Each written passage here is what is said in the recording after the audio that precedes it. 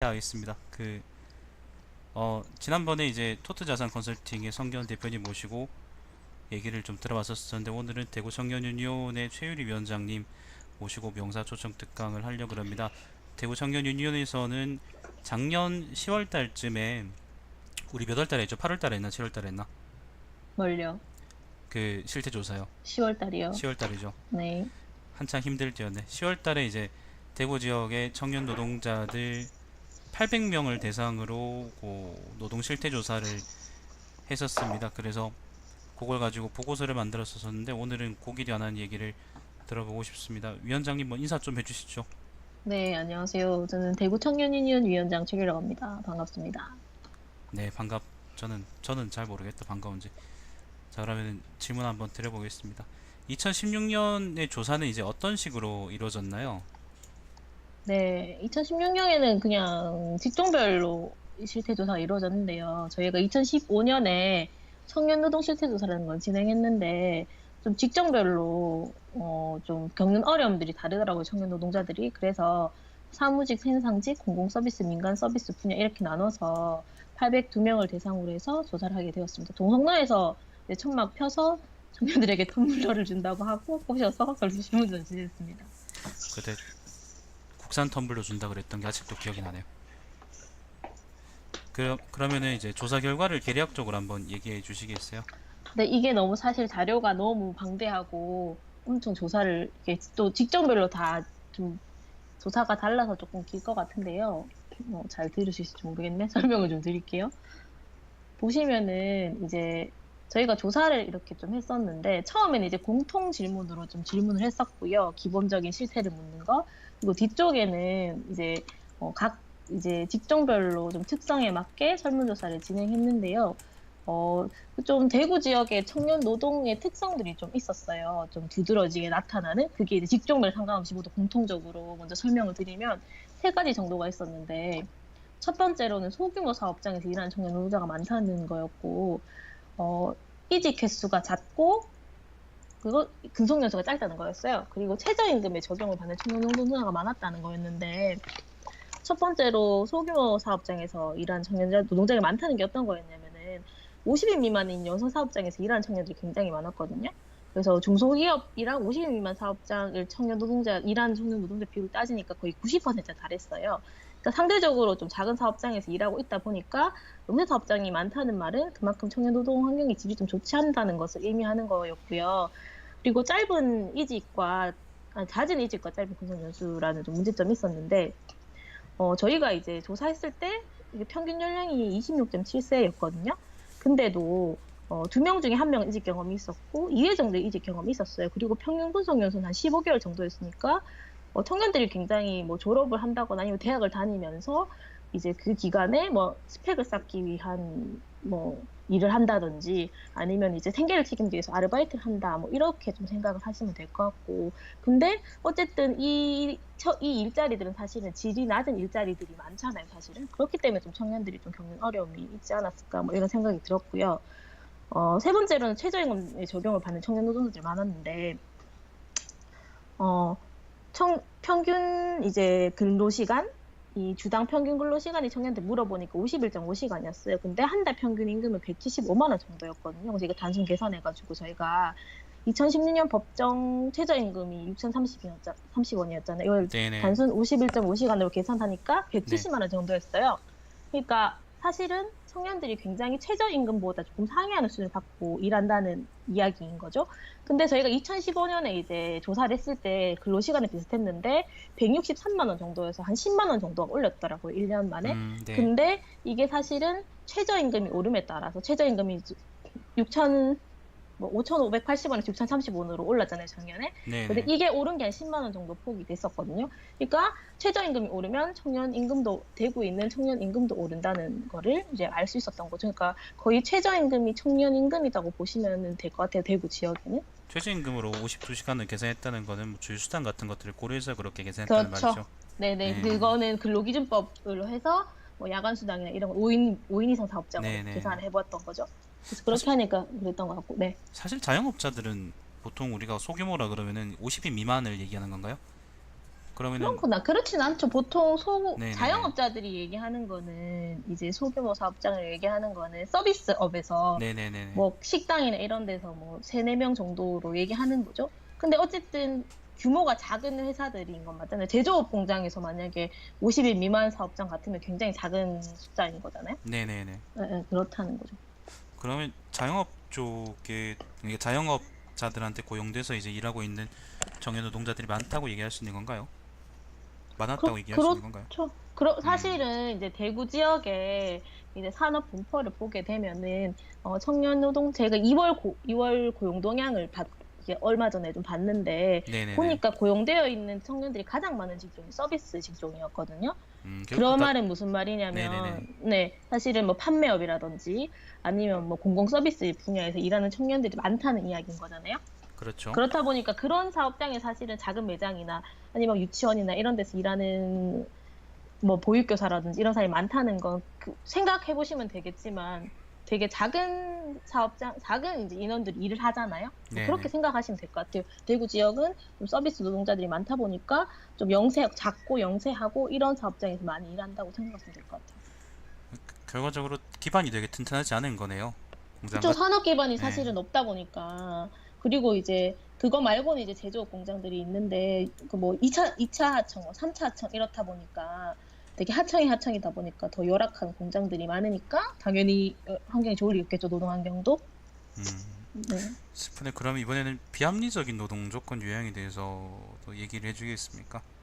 네. 네. 저희가 앞에는 이제 특성이었고, 비합리적 노동 조건 유형은 어떤 거였냐면은, 저희가 이제 실태 조사를 했을 때, 아, 청년들이 이런 조건들이 좀 공통되게 느껴지는 게 있었어요. 비합리적으로 일하고 있을 때 노동 조건이 조금 하는 유형을 3가지 정도로 나눌 수 있었는데요. 첫 번째는 장시간 저임금 노동이었고, 네. 두 번째는 근로기준법이 안 지켜진다는 거였고, 세 네. 번째는 비합리적인 조직 문화였어요. 웃으시네. 네. 네, 첫 번째 장시간 저임금 노동 아까 말씀드렸듯이 175만 원에 51.5시간이었어요. 거의 최저임금 수준을 받으면서 일한다고 보면 될 것 같고, 네. 그래서 저희가 이것도 물어봤어요. 법정 근로시간 얼마나 잘 지켜지는지. 법정 근로시간이 주 40시간이잖아요.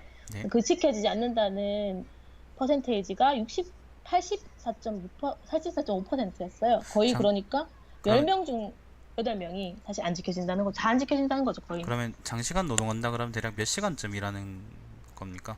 장시간 노동 앞서 말씀드렸듯이 51.5시간이었던 거죠. 아, 그러니까 이걸 우리는 장시간이라고 얘기하는데, 그 허용하는, 사실은 이제 법적으로 허용하는 그 뭐 초과 주당. 근로도 12시간이잖아요. 네네네. 52시간까지 허용하는데 거의 그까지 다 채워서 일을 한다는 거죠. 그러니까 그 하루에 거의 10시간씩 일을 한다고 보시면 거의 되거든요. 주 5일로 걸치는 거네요. 기준했을 때. 예, 네, 그렇네요. 그렇죠.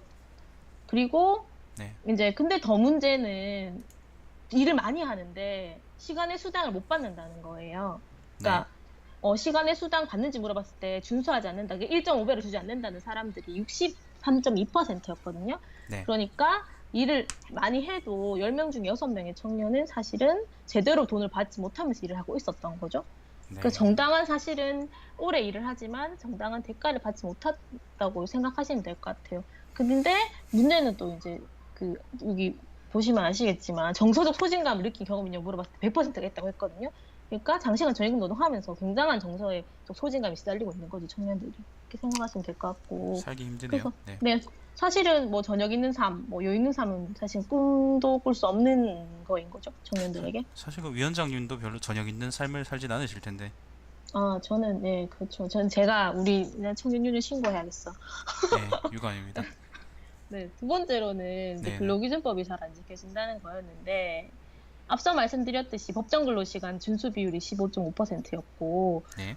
시간의 수당 지급 비율이 36.8%였잖아요. 네. 그렇다 보니까 뭐 장시간 저임금 노동? 당연히 이거는 이제 법정에 근로기준법에 명시되어 있는 것도 지키지 않는다는 거였고, 근데 이제 근로계약서를 이제 쓰냐고 물어봤을 때 근로계약서를 어떻게 써야 되는지 아시나요?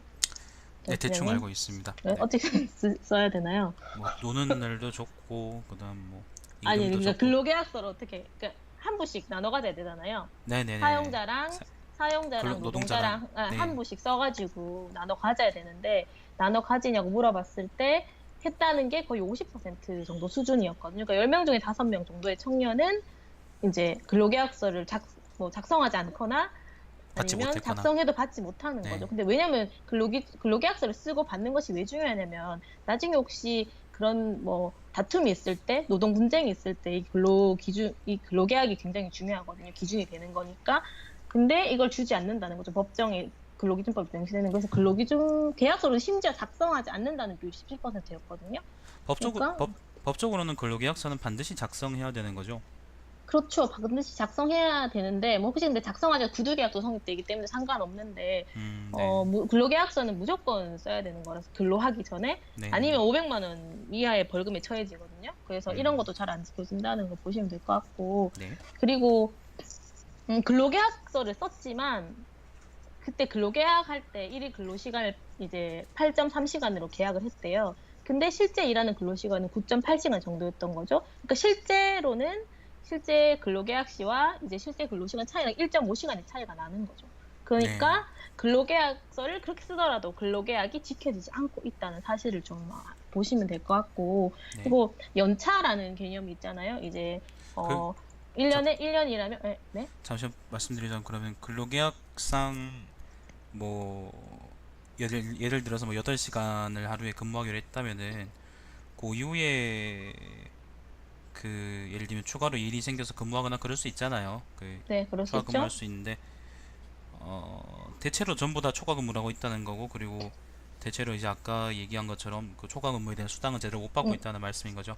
그것도 그렇고, 네. 그리고 근로계약서라는 걸 어쨌든 내가 이만큼 일했다는 걸 산정하고 이제 서로 간에 계약을 맺은 거잖아요. 네네네네. 그리고 이제 근로기준법 어떻게 명시되어 있냐면은 근로계약이 뭐 나중에 달라지거나 근로계약 했을 때와 뭔가 달라지거나 뭔가 바뀌게 되면은 그 사업자에게 그걸 손해배상을 청구할 수 있거든요. 네. 그 어쨌든 달라진 거잖아요. 근로계약서가 사실 이렇게 하겠다고 잘 명시해 놓은 거죠. 그 근로기준을. 네네네. 근데 이게 사실은 계속 달라진다는 거죠. 1일 동안 일하는 시간 1.5시간 달라졌다는 이야기는 만약에 5일 만약에 5일로 치면은 그러면 거의 뭐 한 10시간 정도의 사실 차이가 나는 거잖아요. 이런 건 사실은 거의 근로계약이 잘 지켜지지 않고 있고 근데 앞서 말씀드렸듯이 장시간 저임금 시달리면 제대로 된 임금 못 받는다는 이런 것과 연결되어 있는 사실인 거죠. 알, 근로계약서를 뻥 치면 쓴다는 얘기인 거죠. 네, 알겠습니다. 그다음 얘기를 그럼 계속 해주신다면. 네, 연차. 연차는 네. 이제, 어, 사실 인간은 기계가 아니니까 노동력을 제공하려면 쉼을 줘야 되잖아요. 그렇다 그렇죠. 보니까 이제 그 근로기준법이 이렇게 명시되어 있어요. 이제 1년 일하면은 15개, 연차를 주어라, 쉴 수 있는 날을 주어라고 되어 있는데, 네. 근데 그걸 썼다는 횟수가 4.4회였어요. 하니까 4.4일 썼으니까 거의 못 쓴 거죠, 청년들이. 연, 15개 중에 4개를 썼다는 이야기잖아요, 연차. 연차는 자유롭게 자기가 쓰고 있을 때 써야 되는 네, 거죠, 그죠? 자기가 쓰고 싶은 네. 날 쓸 수 있는 건데, 근데 이제 4회 정도밖에 못 썼으니까 굉장히 적은 수를 사용하고 있었고, 그리고 더 문제는 연차를 쓰지 못했을 때 연차 수당이라는 게 발생하는데, 이것도 이제 지급하지 않는다는 게 거의 한 68.8%로 한 10명 중 7명은 못 받고 있었다는 거죠. 연차도 못 쓰고, 연차 수당도 받지 못하고. 네. 굉장히 심각한 문제였던 것 같아요. 그래서 전반적으로 다 잘 안 지켜지는 거죠. 뭐 근로시간, 네. 뭐 다 안 지켜지고 근로계약서도 안 지켜지고 연차도 지켜지지 않고 뭐 모든 부분에서 거의 근로기준법은 다 잘 지켜지지 않는다고 보시면 될 것 같아요. 알겠습니다. 아, 마지막으로. 그리고 마지막으로는 네네네.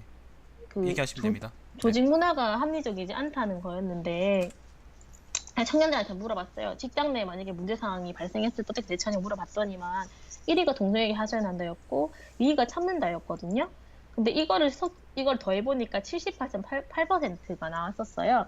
그래서 사실은 직장에서 문제 상황 발생했을 때 동료에게 하소연하거나 참는 건 굉장히 소극적인 대처 방법인 거잖아요. 그냥 이렇게 하고 마는 거잖아요. 그러니까 이런 것들이 사실은 그냥 청년들이 참고 그냥 지나간다는 거죠. 근데 더 문제는 이제 문제 제기를 하지 못한 비율이 66.6%였는데 네.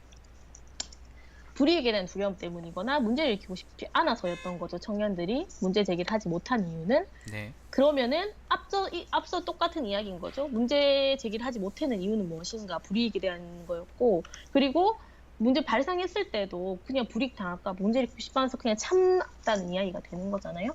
네네네. 근데 더 문제는 어쨌든 앞서 말씀드렸듯이 이거 조사했을 때 평균 연령이 26.7세였잖아요. 네.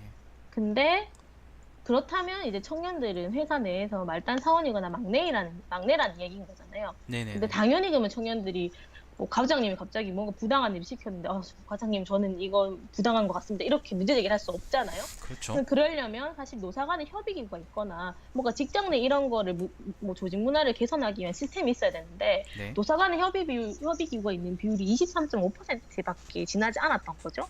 네. 사실은 청년들이 부당하고 그런 일을 당하지만 사실은 이 직장 내 시스템이 없어서 굉장한 청년들이 많이 좀 어려움을 겪고 있었다고 보시면 될 것 같아요. 알겠습니다. 네. 만약에 사실 그 노사협의기구가 없어도 그러면은 이런 부당한 조직 문화에 대해서 뭔가 이의 제기가 될 수 있는 부분은 법적으로 문제가 될 만한 심각한 경우밖에 없겠네요.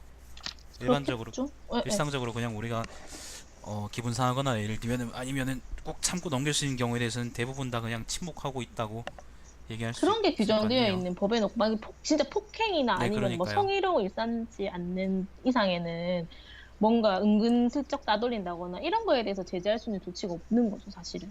사실 네, 그게 네, 더 네, 네. 심각할지도 모르는데 대부분 그걸 그렇죠. 그런 것 느끼고 있을 때문에 텐데. 사실은 청년들이 직장에서 나오게 되는 거잖아요. 네, 네, 알겠습니다. 그렇게 되는 거죠.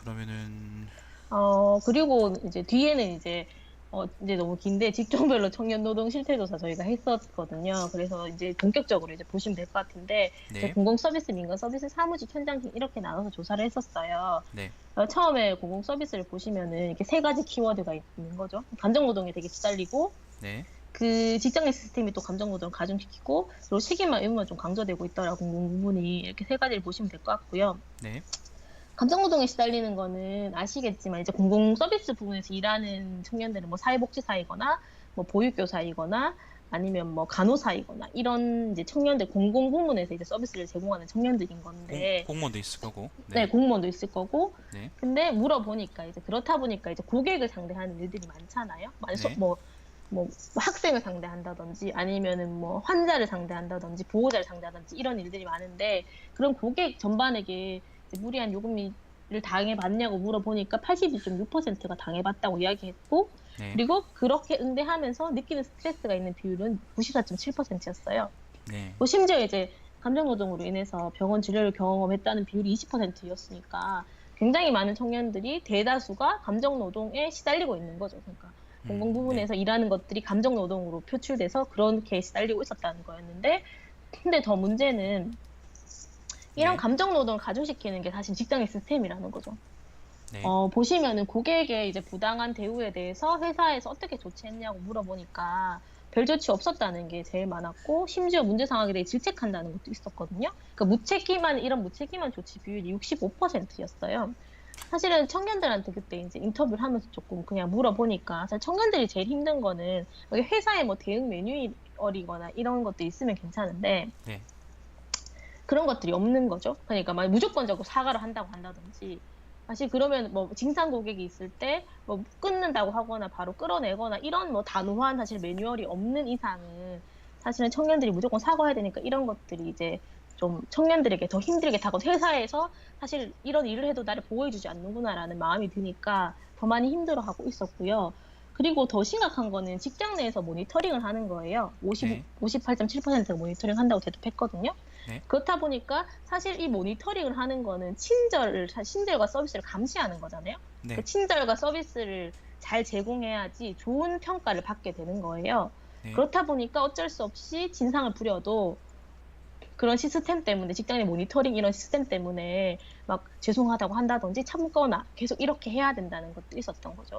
이런 사, 뭐 모니터링이라든지 무책임한 조치 비율 때문에 청년들이 이런 직계 시스템에 더 감정노동을 가중시키고 있었던 것 같아요. 사실은 조직 문화에 대해서는 이제 이의 제기를 할 수 있는 그 노사협의회 같은 기구가 없기 때문에 그게 문제가 더 그럴 됐었었는데 수 있죠. 네. 오히려 이제 손님에 대해서는 이의 제기를 할 수 있어도 전혀 조치가 이루어지지 않는다는 거네요. 그러니까 조치가 없고요.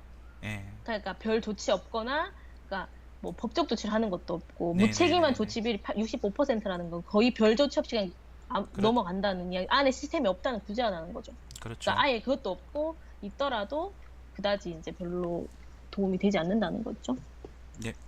그래서 공공부문에, 그리고 공업의 네, 마지막은 이제 사실은 이제 공공 서비스 부분은 언론에서 많이 나오잖아요. 만약에 이제 뭐 보육교사가 뭐 아이를 때려서 뭐 이렇게 TV에 나온다든지 네. 아니면 뭐 엽기적인 행각들이 TV에 한 번씩 나올 때가 있잖아요. 네. 그러면 모든 이제 거기 있는 보육교사들이 그 이미지에 피해를 받는 거예요. 네.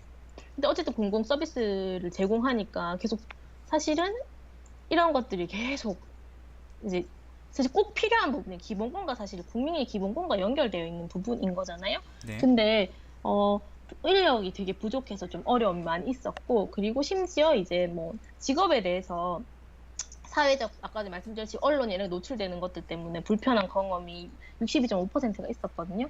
그러니까 청년들이 굉장히 책임과 의무가 강조되면서 뭐 사실 일자리 질 개선해 준다든지 뭐 인력을 보충해 준다든지 이런 걸 하지 않아서 좀 많이 어려움을 겪고 있었고, 또 평가 인증이나 감사 같은 걸 하거든요, 공공 부문은. 네. 그래서 이제 더 업무를 가중시키나 야근을 시킨다든지 불편한 서류 업무를 시켜서 굉장히 청년들이 이런 부분 때문에 좀 많이 힘들어하고 있었어요. 평가 인증 제도가 어떤 건지에 대해서 그냥 간략하게 말씀해 주시겠습니까? 평가 인증 제도는 뭐냐면은 만약에 이제 네.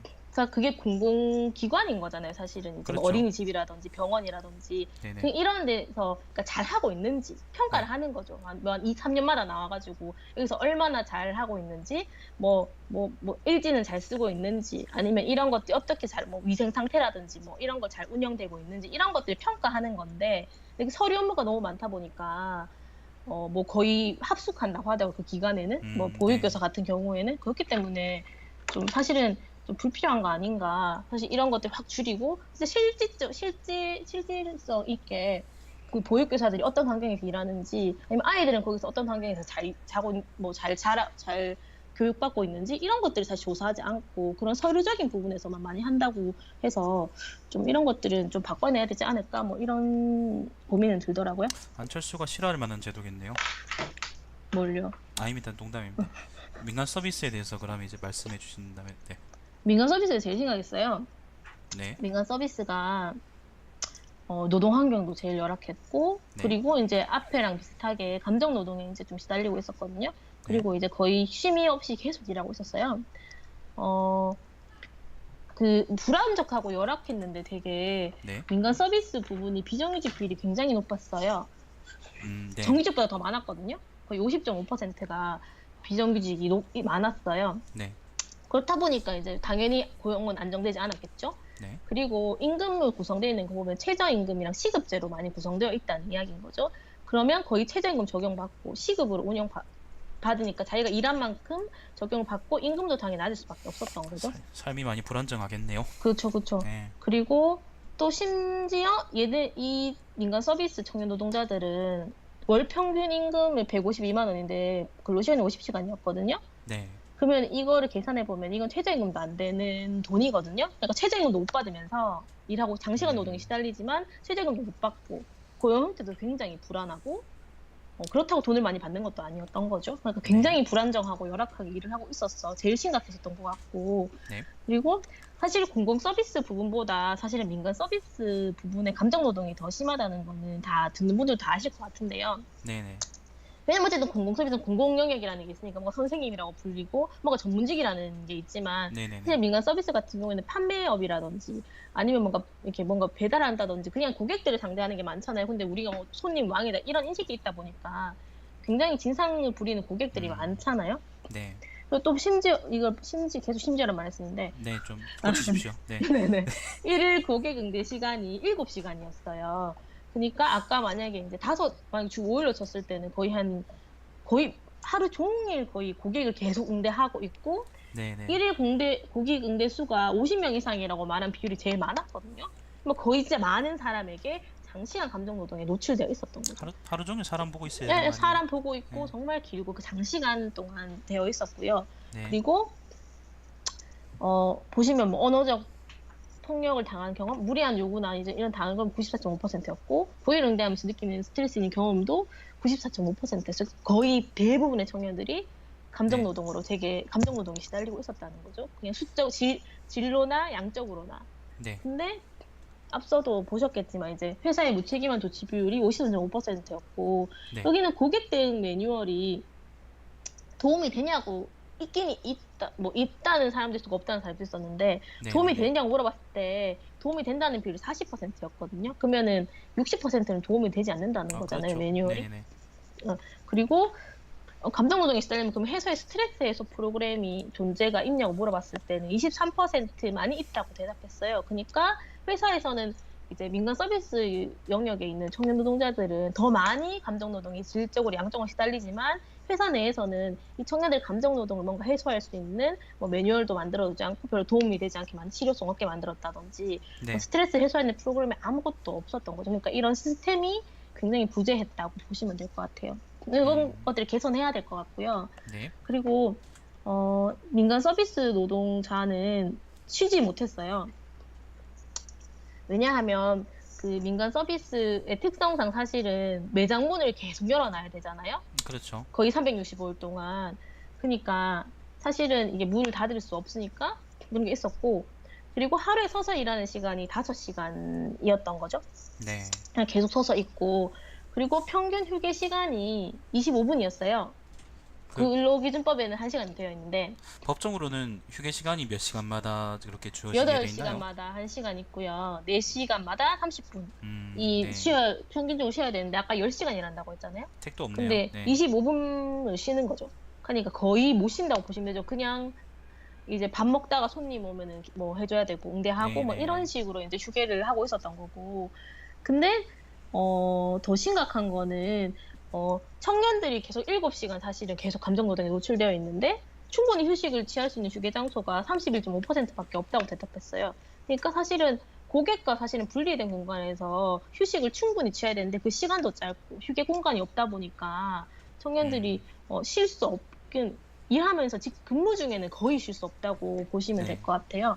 그리고 심지어 자유로운 식사를 할 수 없다는 비율이 45.7%였고, 네. 화장실도 거의 잘 못 사용한다고. 거의 한, 뭐, 10명 중에 4명은 화장실도 잘 사용할 수 없었다고 이제 대답을 했었어요. 그러니까 굉장히 계속 이제 매장에 있어야 되고, 쉴 수 없고, 심지어 화장실조차 갈 수 없는 상태였던 것 같아요. 네. 민간 서비스 노동자분. 그래서 굉장히 연, 심각했었던 것 같아요. 제일 민간 서비스 노동자들 연차는 어떻습니까? 뒤에 있네요. 네. 네, 알고 이게 물었습니다. 다른 부분보다는 네네. 더 연차도 못 사용하고 2.8에 아까 4.4였는데 네. 여기는 2.8일이거든요. 그러니까 아까 앞서 말씀드렸지 매장문을 닫지 못하니까 연차도 거의 못 사용하게 하고 그리고 또 앞에 말씀드렸지 비정규직인데 사실은 연차를 쓸 수 없잖아요. 네네. 그렇다 보니까 이제 그런 부분 때문에 연차도 잘 못 썼던 거죠. 그러니까 휴게 장소, 휴게 시간, 연차도 쓰지 못하고 거의 일도 계속 해야 되는 상태였던 거죠. 사실 사람을 더 뽑으면 해결될 만한 문제이긴 한데, 그죠? 그쵸? 근데 어쨌든 이제 민간 서비스 부분은 또 더 열악하다 보니까 이런 게 좀 네네. 잘 안 되고 있었던 것 같아요. 그러면 이번에는 네. 사무직 이야기를 한번 사무직은 해보겠습니다. 네. 그래도 좀 이제 뭐 안정적인 고용이나 이런 건 좀 괜찮았었는데 문제는 포괄임금제와 수직적인 직장 내 조직 문화랑 이런 조직 문화를 개선할 수 있는 시스템이 없다는 거였는데 네. 포괄임금제라는 거는 혹시 다들 아시나요? 전 알지만 아마 포괄임금 시청자들은 모를 겁니다. 왜냐하면 잘 모르거든요. 머리가 비어있기 때문에. 포괄임금제는 네네네. 말씀 지나치게 예. 하시네. 예, 예. 포괄임금제는 뭐냐면 이제 근로계약을 할 때 나에게 내가 이제 연장 근로를 계속하는 일이 있을 수 있잖아요. 그러면은 네네네. 만약에 주 40시간이 아니라 포괄임금제 그러면 나는 5시간씩 이제 매주 일하는 걸 산정해서 넣어놓고 네. 그렇게 할 거라고 산정해서 뭐 연장 수당을 넣어가지고 하는 게 포괄임금을 주는 거죠. 그러면은 만약에 한 달에 170만 원 주면 이 안에 네가 한 달 동안에 뭐 20시간은 더 연장을 할 거야라는 걸 포괄해서 주는 임금인 건데 네네. 근데 이제 사무직은 다들 아시겠지만 포괄임금제가 제일 많아요. 그래서 이제 더 일을 해도 만약에 포괄임금제에 산정되어 있는 연장 시간보다 내가 더 일을 해도 그 임금밖에 받지 못하게 되는 거죠. 근데 그 법정 근로 시간이 좀 잘 안 지켜지고, 네, 포괄임금제라는 건 이제 정액 같은 거라는 거죠. 그러니까 네 정액제 같은 거죠. 금액을 정해놓고 이제 그 그 안에 이제 정해진 산정해 일들을 놓는 하고, 거죠. 네, 그렇죠. 산정해 놓는 거죠. 시간이 이제 시간을 유동적이고, 예, 예. 그치 아, 그치. 근데 유동적인 시간을. 보통은 네. 유동적이긴 한데 몇 시간 일할 거라는 건 산정이 넘는 거죠. 근데 그렇게 일하지 알겠습니다. 않겠죠? 그러니까 여기 네네. 보시면 아시겠지만 법정 근로 시간 안 지켜지는 건 당연하고 근데 또 시간의 수당도 더 80%못 받으니까 더 많이 네. 일하는데도 돈을 못 받는다고 생각하시면 될 것 같아요. 알겠습니다. 근데 이제 앞서 말씀드렸듯이 포괄임금제는 어쩔 수 없이 이제 일을 해야 되는데 그렇게 이제 뭐 임금이 산정되어 있으니까. 근데 일을 하게 되는 게 이제 수직적인 직장 내 조직 문화라는 게 되게 심각했었어요. 네. 보시면은 이제 출퇴근 시간이 차이가 있는 게 1시간 30분이었거든요. 네. 그러니까 이제 뭐 30분 정도 일찍 출근해서 뭐 청소를 하거나 업무 준비하거나 뭐 1시간은 뒤에 뭐 남은 업무를 처리한다든지. 근데 출퇴근 시간을 상사가 정하는 비율이 57.7%였거든요. 그러니까 상사가 먼저 일찍 나오라고 한다든지 네. 좀 일찍 퇴근하는 게 미덕이 아니라고 얘기하는 사람도 있었거든요. 거의 양아치 새끼들이네요. 그렇죠. 그러니까. 네. 근데 연장 근무를 하는 게 자기가 이제 산정되어 있는 포괄임금제를 받는 시간까지 일을 해도 네, 네, 뭐 네. 상사 때문에 못 가는 거죠, 집에. 출퇴근 시간이 차이가 나고 1시간 반 심지어 많이 차이가 나고. 네, 네, 그러니까 네. 그랬다는 거죠. 그리고 업무 평가 기준도 굉장히 애매했는데요. 업무 네. 평가는 상사가 하잖아요. 네. 근데 2위, 3위 이렇게 보시면은 2위가 업무 태도였고 3위가 상사와의 관계였거든요. 네. 근데 업무 태도라는 게 사실 굉장히 주관적이잖아요. 네. 뭐 정말 뭐 어떤 사람이 똑같은 사람이 있더라도 누구는 이제 똑같은 행동을 하더라도 마음에 들면 업무 태도가 안 좋다, 업무 태도 좋다 이렇게 다시 판단할 수 있는 거잖아요. 저는 그리고 위원장님이 오늘 늦게 출근하셨지만은 그게 문제가 있다고 생각하지 않습니다. 네, 저는 맨날 늦게까지 일하니까 제가 사장이거든요. 알겠습니다. 네. 그리고 상사와의 관계였던 거죠. 그러니까 이거는 굉장히 주관적이고 이런 걸 가지고 사실 업무 평가를 한다는 게 사실 말이 안 되는 거잖아요. 네. 그러면은 업무 태도라는 거하고 5번에 근태라는 게 있는데 요거 그때는 두 개 출퇴근요. 출퇴근을 잘하느냐 지각하느냐 그런 거. 업무 태도는 이제 근무 중에 어떤 태도를 보이느냐는 거죠. 뭐 태만하냐, 뭐 잘하냐, 못하냐 이런 거 있잖아요. 뭐 알겠습니다. 뭐 그러면은 화장실을 자주 간다, 뭐 이런 거. 알겠습니다. 뭐 그런 거였던 거죠. 그러니까 업무 평가 기준이 굉장히 주관적이고 상사에게 집중되어 있는 구조로 되어 있다. 그래서 굉장히 불공정한 업무 평가를 받고 있다. 그래서 이런 그 업무 평가 잘 받으면 그러니까 상사에게 잘 보여야겠죠. 그렇다 보니까 네네네. 뭐 시키는 대로 까라면 까야 되는 이런 수직적인 직장 내 조직 문화가 또 발생하게 되는 거죠. 저같이 그 방광이 되게 과민한 사람들은 일도 못 하겠네요. 그죠. 화장실 왜 이렇게 자주 가면 못 가겠죠? 아, 그리고 슬픕니다. 네. 이제 업무와의 관계없는 행사 참석 비율도 물어보니까 70.8%가 가봤다고 하더라고요. 네. 뭐 체육대회라든지 이런 거 있잖아요. 등산이라든지 이런 거 네. 있잖아요. 그러니까 이게 이제 업무 연장이라고 생각한다든지 아니면 불이익을 당할까봐 이런 응답도 있었거든요. 네. 그러니까 이런 수직적인 조직 문화 때문에 어쩔 수 없이 이제 또 행사에 참석하게 되는 거죠. 지키게 되니까. 네네. 근데 앞서도 말씀드렸듯이 문제는 이 직장 내 조직 문화가 이런데 개선할 수 있는 시스템이 없다는 게 가장 큰 문제인 거죠. 상사와의 이제 관계 불이익 경험해봤다는 사람이 28.2%였거든요. 그러니까 네. 또 직장 내 괴롭힘까지 심지어 있다는 거죠.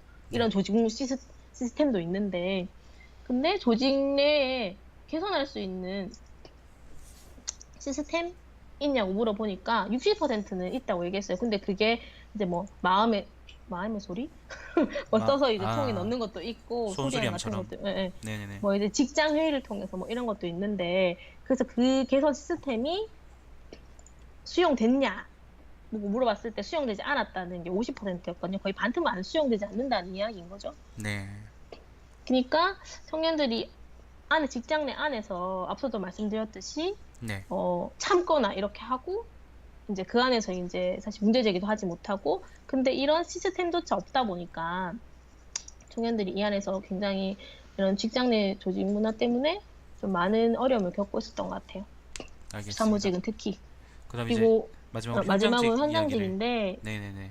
현장직은 장시간 노동, 저임금 임금 구조랑 노동 환경이 좀 문제였는데요. 네. 장시간 노동은 당연히 아시겠지만 현장직은 이제 굉장히 긴 시간 일하고 있었어요.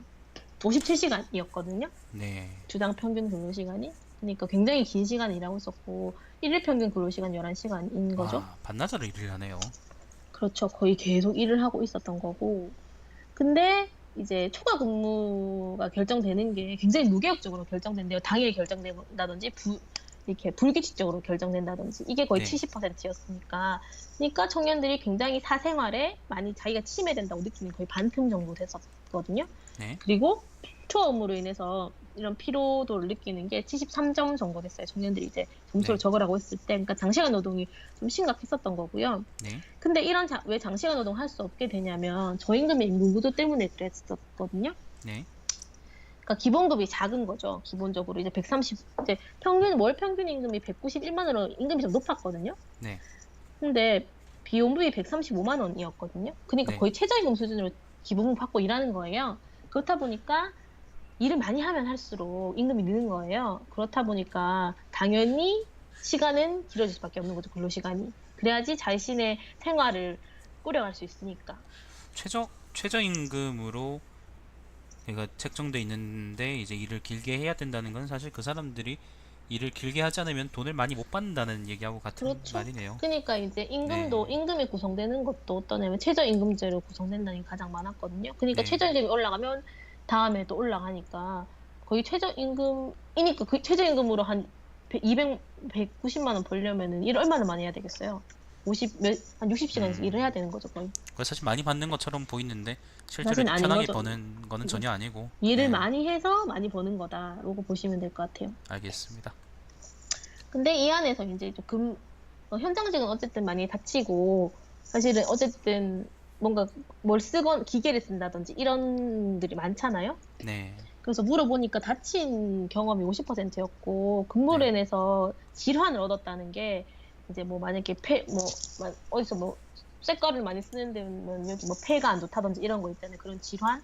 이게 네. 네. 37.6%였어요. 그러니까 다른 직종보다 더 많이 다치고 질환도 많이 얻게 되는데, 네. 근데 이걸 산재로 처리해 줘야 되는데 산재 시에 본인이 부담하는 비율도 거의 10명 중에 2명이 자기가 부담하고 있었다는 얘기인 거죠. 꼭 사실 산재는 이거는 그 사용주가 100% 부담해서 사실은 이걸 책임져 줘야 되는데 이게 잘 지켜지지 않고 있었고 사실 좀 열악했던 거죠. 예. 산재보험의 경우에는 굳이 이제 업주가 그걸 가입하지 않았더라도 나중에 이제 그렇죠. 재해가 예, 예, 예. 발생했을 때 그쵸, 그쵸. 신청하면은 줄 텐데. 네네. 그러니까 일하면서 다쳤다는 게 굉장히 억울한 일인데, 그렇죠. 근데 이런 거를 또 자기가 부담하고 있었다는 게 좀 현실이 좀 슬펐고, 그리고 굉장히 열악하다는 거죠. 그러니까 어쨌든 작업장 환경이 많이 다치고, 많이 네. 질환도 없고, 굉장히 열악한데, 그렇다고 보시면 될 것 같아요. 그래서 이런 것들이 좀 현장직 부분에서는 이런 것들이 있었어요. 네. 그럼 이걸로 이제 일단 네 가지 직종에 대한 조사 결과를 대략적으로 들어봤는데, 네네. 아까 제가 들은 걸로 봐서는 공공 서비스직하고 이제 민간 서비스직의 공통적으로 이제 감정 노동이 많이 시달린다는 거 문제였고, 네네. 그다음에 사무직하고 이제 현장직의 공통적인 문제는 조직 문화라고 이제 들 수 있을까요? 현장직도 하면 조직 문화가 클 그쵸. 텐데. 그리고 이제 임금 네. 구조가 문제였죠. 두 개는 공통적으로 얘기할 그렇겠네요. 수 있는 건 임금 네. 구조인 거죠. 그건 이제 뭐 포괄임금제든 아니면 이제 저임금 임금 구조든, 네, 그렇죠. 임금 구조가 사실 문제인 거죠. 그러면은 이번에는 대구 지역 그 청년 노동자가 바른 노동 조건에 대해서도 한번 얘기를 들어보고 싶습니다. 다른 조사하셨으니까. 다른 노동 조건? 바라는 바른 노동 노동 조건? 조건. 네. 아, 네, 이거는 그냥 이제 청년들한테 물어봤어요. 그냥 손으로 적으라고 주관식으로 네. 바라는 조건 뭔지. 우리는 너무 좀 약간 좀 절망적인 항목들이 많으니까 희망적으로. 네. 그래서 이거를 저희가 이제 비슷한 항목끼리 적어가지고 이거 낸 거거든요, 퍼센테이지를. 그러니까 네네네. 1위가 법정 근로시간 준수하라는 거였고, 네. 2위가 소통 가능한 수평적인 조직 문화였고, 3위가 일한 만큼 보장받는 임금이었어요. 네. 그리고 4위가 휴일 뭐 연차 보장 이런 거였고, 그럼 보면은 사실은 대구 슬프네요. 청년 보면 어떤 거냐면 두 가지 정도거든요. 이거 그냥 정리하면 단순하게 하나는 근로기준법 지키라는 거고, 그렇네요. 예. 하나는 이제 좀 수직적인 조직 문화 만들어라 이런 건데, 굉장히 기본적인 거였는데 이런 것들이 잘 지켜지지 않고 있다고. 그러니까 청년들이 바라는 건 굉장히 기본적인 거였는데 이것조차 지켜지지 않고 있다는 현실을 볼 수 있었던 거죠. 결국에는 아까 말씀하신 것처럼 법 지켜라는 말로 대체로 수렴이 되는데, 그 그쵸? 역설적으로 얘기하면 그거는 법이 안 지켜진다는 얘기겠지. 그죠? 그쵸.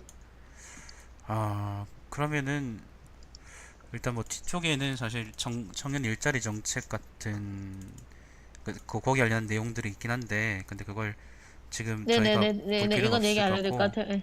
네. 그러면 마지막으로 질문 두 개만 더 드리도록 하겠습니다. 네네. 어, 대구 청년유니온에서는 이제 매년 여론조사를 하고 매년 이제 여론조사를 하고 있다고 들었는데, 그 어떤 취지에서 이런 조사를 하고 있나요?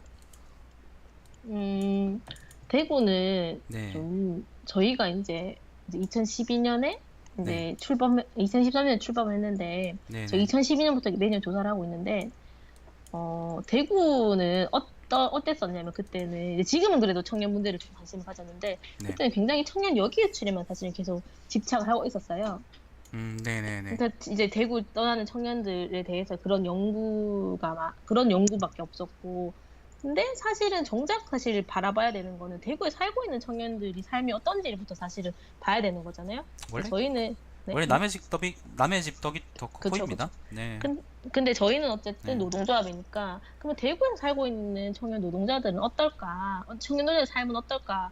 고민하면서부터 시작하게 됐고요. 네, 그래서 그 청년 노동자의 삶을 알아야지 사실은 어떤 거를 뭔가 요구하거나, 사실 우리 청년 노동자들 현실이 이렇다, 우리 현실이 이렇다라는 걸 사실 알려야지 지역에서 어쨌든 관심을 가지고 청년 노동 문제 심각하다는 걸 알 수 있잖아요. 그래서 네네. 그런 것 때문에 시작하게 됐고, 그 다음부터는 이제 이런 것들 실태 조사해서 이런 실태를 종합해서 이런 것들 고쳐야 된다. 그래서 이런 것들 고치기 위해서는 이런 정책들이 필요하다. 이렇게 해서 이제 정책 제안까지 하기 위해서 사실은 계속 조사를 하고 있는 거죠. 사실 그러면 그런 이런 이제 포괄적인 실태 조사의 경우에는 시에서 사실 하는 게 맞다고 생각을 하는데 저는 시에서는 전혀 그쵸. 이런 조사를 하지 않고 있나요? 작년에 이제 청년 기본 실태라는 걸 조사했었어요. 네네네. 청년 기본 실태, 그래서 뭐 주거나 포괄적으로 이제 일하는 거 조사를 했는데, 근데 대구시에서는 좀 잘하지 않죠. 왜냐하면은 음, 그러니까 저는 대구시에 좀 문제점이 있다고 생각하는데 네네. 대구시에는 이제 대구시에서도 고용정책을 할 거 아니에요. 네네네. 고용정책에 굉장히 집중하는데 두 가지예요. 일자리 창출이랑 고용 창출하는 정책 하나랑 네네. 하나는 이제 창업이거든요. 네. 창업하거나 이제 고용 창출하겠다는 건데 사실 앞서 말씀드렸듯이 사실은 고용 창출해봤자 얼마나 몇 개 창출했겠어요, 대구시에서. 사실 그렇죠. 네. 그렇죠. 뭐 대구에 청년 70만 명인데 70만 개 일자리 다 창출할 수 없잖아요. 좋은 일자리로. 대우가 뭐 독립할 것도 아니고. 네. 그렇죠. 그렇다면은 어쨌든 대구에 있는 질이 굉장히 나쁜 일자리들이 많잖아요. 청년들이. 네네. 근데 청년들이 이 일자리가 나쁘기 때문에 취업 안 하는 건데 그러면 일자리 어떻게 좋게 해야 될지부터 사실 고민해야 되는 게 전제적인 고민인데 네. 그런 고민을 하지 않는다는 거죠. 대구시에서. 그렇다 보니까 그러려면 근데 그러면 대구시에서 청년 노동의 질을 개선하기 위해서는 처음에 해야 되는 게 실태조사인 거잖아요. 그렇죠. 네. 그런 고민까지 닿지 않는 거죠. 필요 없다고 생각하는 거예요. 그러니까 고용 창출해야 되니까 기본 실태조사하고 그러니까 정책의 사실 방향이 맞지 않는 거죠. 그 하긴 청년들의 기본 고민과. 하긴 뭐 그러면 이제 어쨌든 노동 문제를 해결하려 그러면 노동자들의 문제를 해결하려 그러면은 노동자가 어떤 상황에 처해 있는지 알아야 되는데 사실 대구시에서 노동자에 대해서 특화되는 어떤 그런 실태 조사나 조사를 하지 않고 있다는 거는 대구시가 별로 그 대구 주거하는 대구 소재 노동자들에 대해서 별로 관심이 없다라고도 얘기할 수 있겠네요. 관심이 없다라기보다는 그냥 네, 그러니까 중심을 못 잡는 것 같아요. 이 초점이나 왔다 이런 갔다. 것들을. 네, 그러니까 이제 사실은 청년 일반에 대한 고민부터 사실 시작해야 되는 문제인 거고. 네, 그러니까 이거를 계속 수혜적으로 베풀려고 하고, 그러니까 관점의 부재라고 저는 생각해요. 관심이 없다기보다는. 어떻게 바라봐야 음, 되는지, 청년 문제 어떻게 해결해야 되는지를 잘 모르니까, 그런 문제가 발생하는 것 같아요. 저보다 훨씬 호의적으로 평가하시네요. 알겠습니다. 매년 하면은 안 피곤하세요? 피곤하죠? 피곤하세요. 엄청 피곤하죠? 올해도 장난 합니까? 아니지? 해야죠. 저 부를 거예요. 네, 아, 불 거예요. 네. 슬프네요. 알겠습니다. 올해도 텀블러 나눠줍니까? 텀블러 나눠주겠죠. 텀블러 해오니까. 알겠습니다. 텀블러. 그 다음에 마지막으로 이제 2017년에 대구 청년유니온의 활동 목표를 간단하게 말씀해 주신다면 어떻겠습니까? 올해는 이제 네. 저희가 이제 실태 조사를 좀 많이 했었고, 저희 이슈 파이팅 사업 같은 것들 많이 진행했었거든요. 작년이요? 근데, 올해? 작년이죠. 작년이나 이제 계속적으로. 계속. 네. 근데 이제, 실태 조사를 많이 했고, 지역사회에서도 청년들의 실태를 많이 알면서 주목도 받고 이렇게 했었거든요. 네. 근데 그렇다고 해서 되게 청년들의 삶이 나아지지 않더라고요, 별로.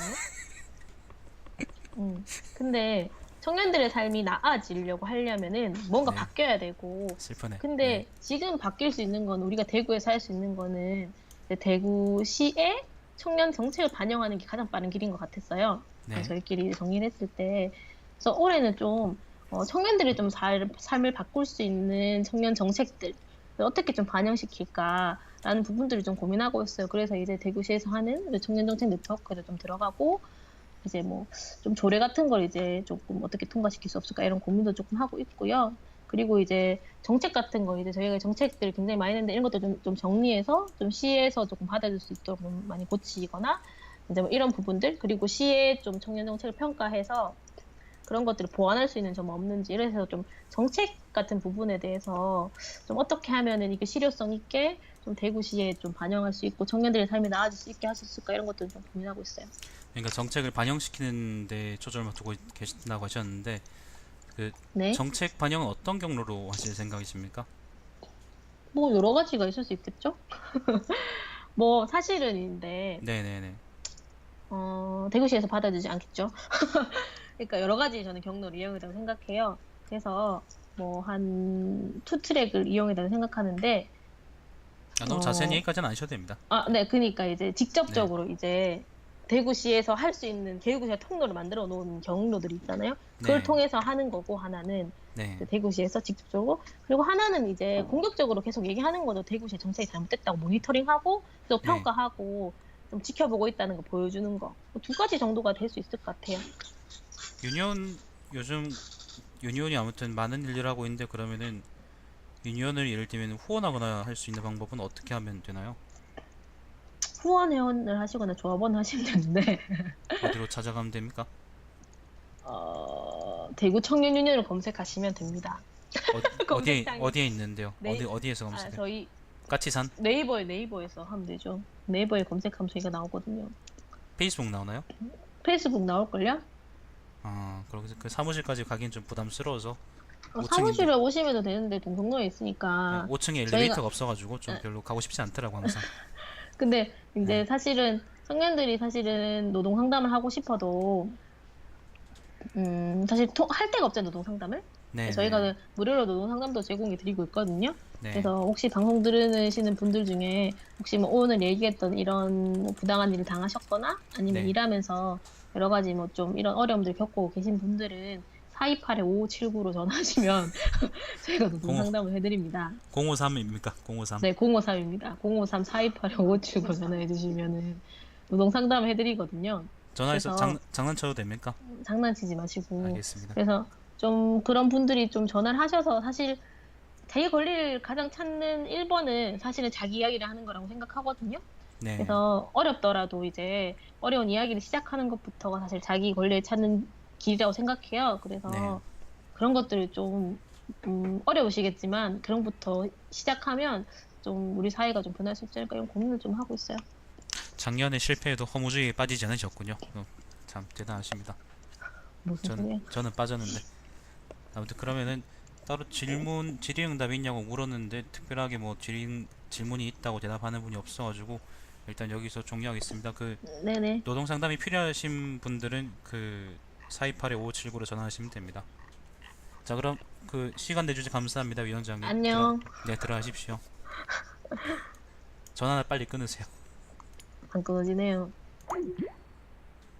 자, 그럼 방송 오늘 종료하겠습니다. 시청해주신 여러분 감사드리고 혹시나 일하시다가 돈을 못 받으시거나 일단 오늘 방송 주 자체는 이제 그 작년 실태조사 보고서 관련한 거였는데 혹시나 이제 방송하시다가 그러니까 방송이래 참 일하시다가 이제 돈을 못 받으시거나 아니면 돈을 떼시거나 그런 게 있으면은 사실 그 퇴사 이후 3년 신고하면은요 3년 전 것까지는 받을 수 있거든요. 3년 전 예를 들면 신고한 시점보다 3년 전까지 받을 수 있으니까 퇴사 이후에 이제 돈을 못 받았다 그러시거나 그러면은 그 사장하고 관계가 껄끄러워가지고 그때 다닐 때는 못 신청할 수 있잖아요. 그때는 그 3년 지나기 전에 신고하시든가 아니면 뭐 428-5579 053입니다.